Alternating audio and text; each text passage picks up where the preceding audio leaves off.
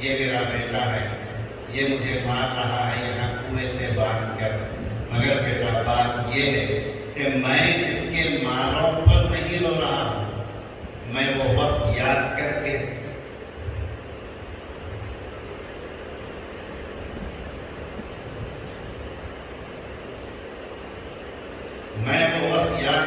رو رہا ہوں جب میں نے اپنے والد کو اسی کنویں پر باندھ کر مارا تھا۔ وہ واقعہ مجھے یاد آتا ہے تو مجھے رونا آ رہا ہے، اس کے ماروں کی وجہ سے میں نہیں رو رہا۔ پیارے بچوں، اپنے بڑوں کا احترام اور ان کی عزت، ان کی خدمت، اس کو لازم بنانا۔ کوئی کام ہم سے ہو نہ ہو، کچھ نہیں، دنیا میں کچھ نہیں ہے، خدمت ایک اختیار کرنا۔ سبیل و رشاد میں میرے 9 سال گزرے ہیں، مجھے یاد نہیں ہے میں نے کسی دن کتاب کھولی ہے یا کسی دن پڑھنے بیٹھا ہوں، مجھے یاد نہیں ہے مسجد میں بیٹھا ہوا سب کے سامنے یہاں تذکرہ کر رہا ہوں، مجھے یاد نہیں ہے۔ بہت ہی آزاد قسم کی طبیعت، آزاد کا مطلب یہ ہے کہ دوسروں کو نقصان پہنچاؤ فلاں فلاں، یہ نہیں، لیکن پڑھائی سے متعلق اتنی زیادہ دلچسپی نہیں، کھیل کود، شاعری چھٹی میں تھی تو سبق میں بیٹھ کر بھی شاعری کرنا، 2 کتابیں جو آپ کے پاس موجود ہیں وہ انہیں کلاسوں میں بیٹھ کر سبق چھوڑ کر لکھنے کا نتیجہ ہو۔ خیر یہ سب اپنی جگہ، لیکن ایک بار پتہ نہیں یاد آ گیا تو تذکرہ کر رہا ہوں۔ ایک بات یہ ہے کہ ہم ساتھیوں میں مقابلہ ہو رہا تھا، آج ارے پورے سے ہم لوگ بات کرتے تھے، آج کتنے بجے اٹھا؟ بولے بھائی میں 4:30 کو اٹھا، میں 4:15 کو اٹھا۔ آپ تو کتنے بجے اٹھا؟ میں 5 بجے اٹھا۔ چلو الحمدللہ میں 4:45 کو۔ تہجد کی پابندی مکمل طالب علم کے زمانے میں ہوتی تھی الحمدللہ، ایک۔ اور دوسرا، اساتذہ کی خدمت، شرارت اپنی جگہ تھی ہماری، کھیل کود وغیرہ وغیرہ سب کچھ اپنی جگہ، لیکن اساتذہ کی جوتیاں سیدھی کرنا، اساتذہ کی جوتیاں سر پر رکھنا، ان کا کفش بردار کرنا، اس کو سعادت سمجھتے تھے۔ بس خدمت، بڑوں کی خدمت، اساتذہ ہیں، ماں باپ ہیں، ہمارے اپنے بوڑھے بڑی عمر کے رشتہ دار ہیں، ان کی خدمت کو اپنے اوپر، ان کے احترام کو، ان کی عزت کرنے کو اپنے اوپر لازم کر لو۔ کوئی نیکی ہم کریں نہ کریں، کچھ نہ کریں، یہ بڑوں کی خدمت، اور جہاں تک ممکن ہو سکے مخلوق کی خدمت کرنے کو بھی سعادت سمجھیں۔ گھر میں جو شادی شدہ بچے بیٹھے ہوئے ہیں یہاں، ان کو اگر 1:30 بجے سے تھوڑا آگے تو پہلے پتہ نہیں کیوں بات کے بعد یہ ہو رہی مجھے، جو شادی شدہ بچے ہیں وہ لوگ سمجھ سکتے ہیں ایک بات، نقطہ سمجھ لیجیے اس کو۔ گھر میں کبھی گھر والے سے ناچاکی ہو جاتی، بات چیت نہیں ہوتی، یا تو میں ہوتی ہے، ممکن ہر ایک کے گھر میں ہوتا، ہمارے پاس بھی ہوتا، بول لیتے نہیں، سب کے پاس ہوتا۔ اب اس کو منانا ہے، لوگ نہیں مناتے، بول کر کے ہمیں منانا پڑتا، سمجھ میں آیا؟ کرنا کیا؟ ایک نقطہ،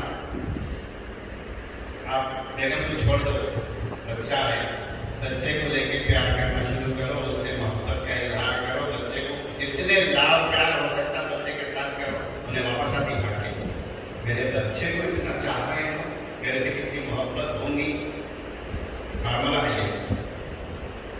بچے سے محبت کرو، بچے سے لاڑ پیار کرو، بیگم ناراضگی چھوڑ کر واپس آ جاتا۔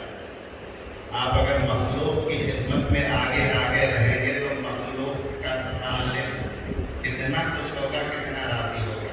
چھوٹی سی مثال بس،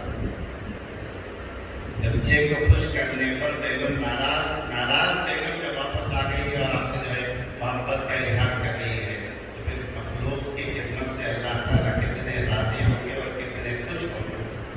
اللہ تعالیٰ ہمیں سمجھ عطا فرمائے، والدین کی خدمت کرنے کی اور بڑوں کی خدمت، ان کا احترام، عزت کرنے کی ہمیں توفیق عطا فرمائے۔ مختصر سے یہ سیدھا خیالات ہیں۔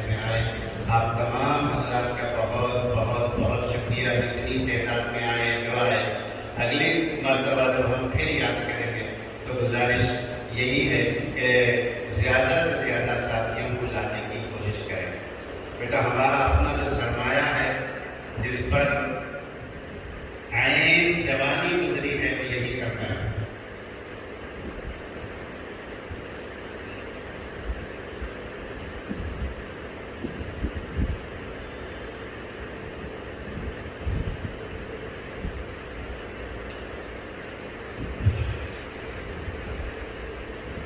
اس لیے اپنے بچے جب سامنے آتے ہیں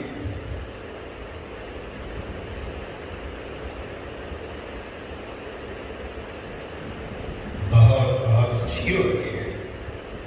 ظاہری طور پر کبھی ممکن ہے ناراضگی کا اظہار کیا جاتا ہو، لیکن ناراضگی نہیں ہوتی، خوشی ہی ہوتی ہے کہ یہ بچے ہمارے پاس پڑھے ہیں، یہ بچے ہمارے پاس اتنا رہے ہیں. 24 سال کی جوانی میں، عین جوانی میں شروع کیا گیا یہ چھوٹا سا چمن جو آج الحمدللہ لہلہاتے ہوئے گلستان کی طرح آپ کے سامنے ہے. اس کے پیچھے ایک مکمل زندگیاں لگی ہوئی ہیں. اللہ تعالیٰ کو بس کچھ نہ کچھ اس میں سے پسند آیا ہوگا، اللہ تعالیٰ اس کو قبول کر لے اور ہم سب کے لیے اس کو ذخیرہ آخرت کرے. تو میں آپ سب ساتھیوں سے، بچوں سے گزارش کرتا ہوں کہ یہ آپ کا اپنا ادارہ ہے، اس کو آگے بھی آباد رکھنے کی کوشش کریں. اپنے ہاں سے بچوں کو یہاں بھیجتے رہیں. اپنے ہاں پروگرامس وغیرہ ہوں تو ہمیں اساتذہ کرام آپ کے یہاں تشریف فرما ہے سب کو یاد کرنے کی کوشش کریں تاکہ ایک ربط رہے. انشاءاللہ یہ ربط یہاں بھی ہوگا. یہی ربط